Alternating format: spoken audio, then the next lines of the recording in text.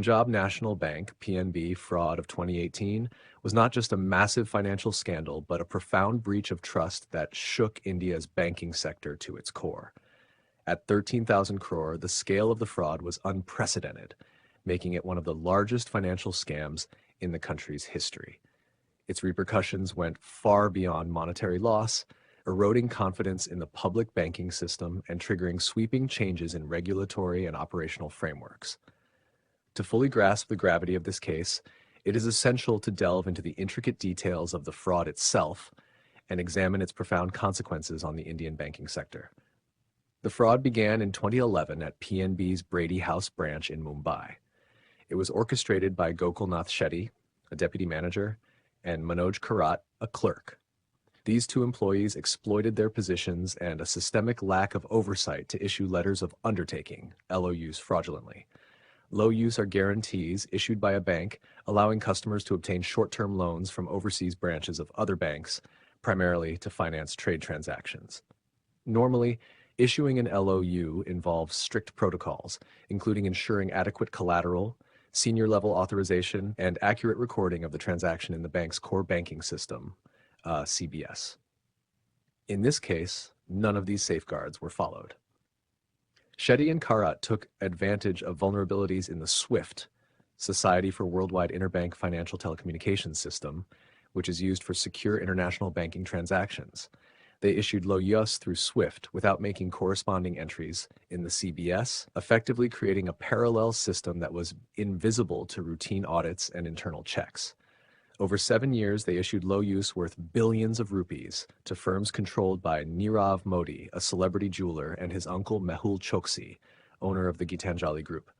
These LOUs were used to secure loans from foreign branches of Indian banks like Allahabad Bank, Axis Bank, and Union Bank of India. The funds acquired through these fraudulent LOUs were ostensibly for importing goods to sustain the businesses of Modi and Choksi. However, much of the money was siphoned off for personal gains, including investments in luxury properties, expensive jewelry, and other ventures unrelated to trade finance.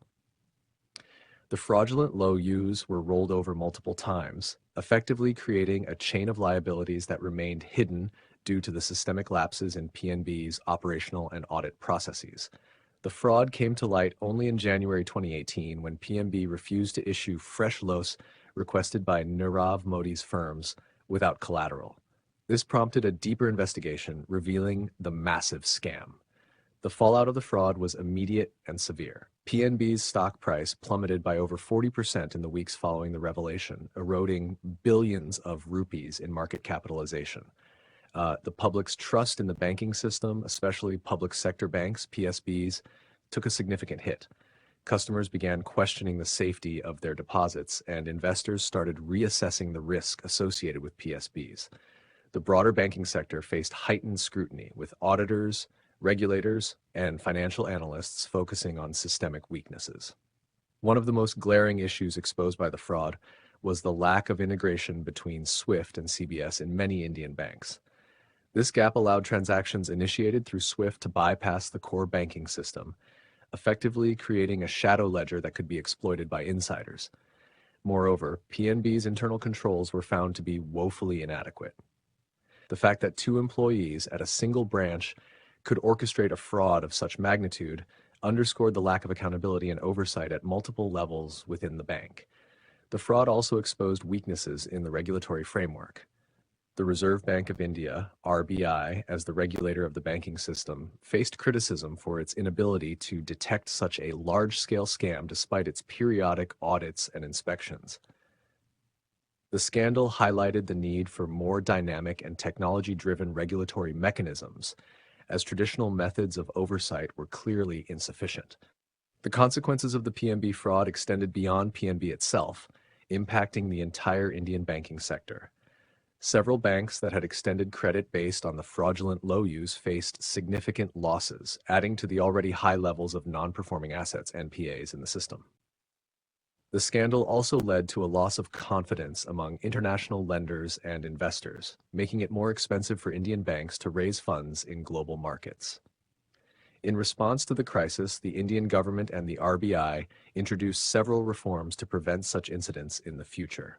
One of the immediate steps taken was the mandatory integration of SWIFT with CBS, ensuring that all transactions are recorded in real time and are subject to automated checks.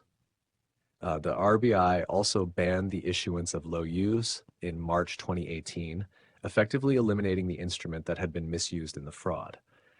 Furthermore, banks were directed to strengthen their internal controls, including stricter audit procedures and enhanced oversight of high-risk transactions. The PNB fraud also led to a renewed focus on corporate governance in banks.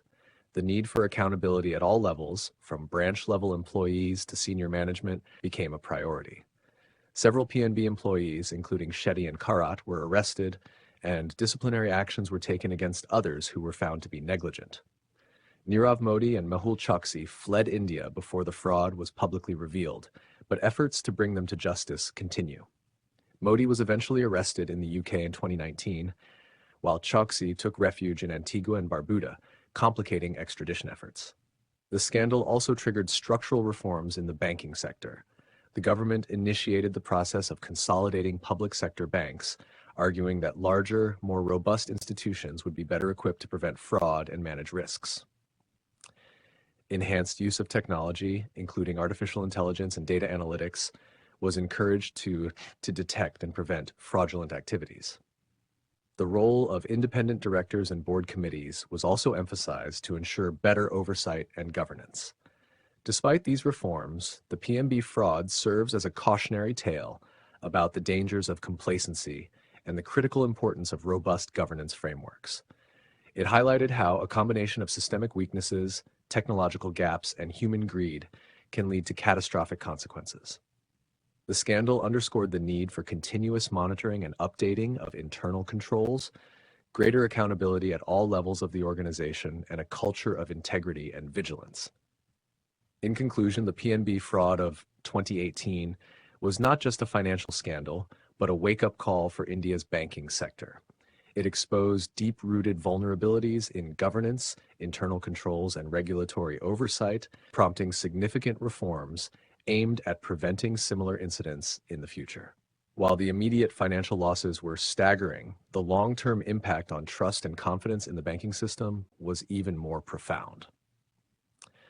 The lessons learned from this episode continue to shape the policies and practices of Indian banks, serving as a reminder that the cost of negligence and complacency can be devastating.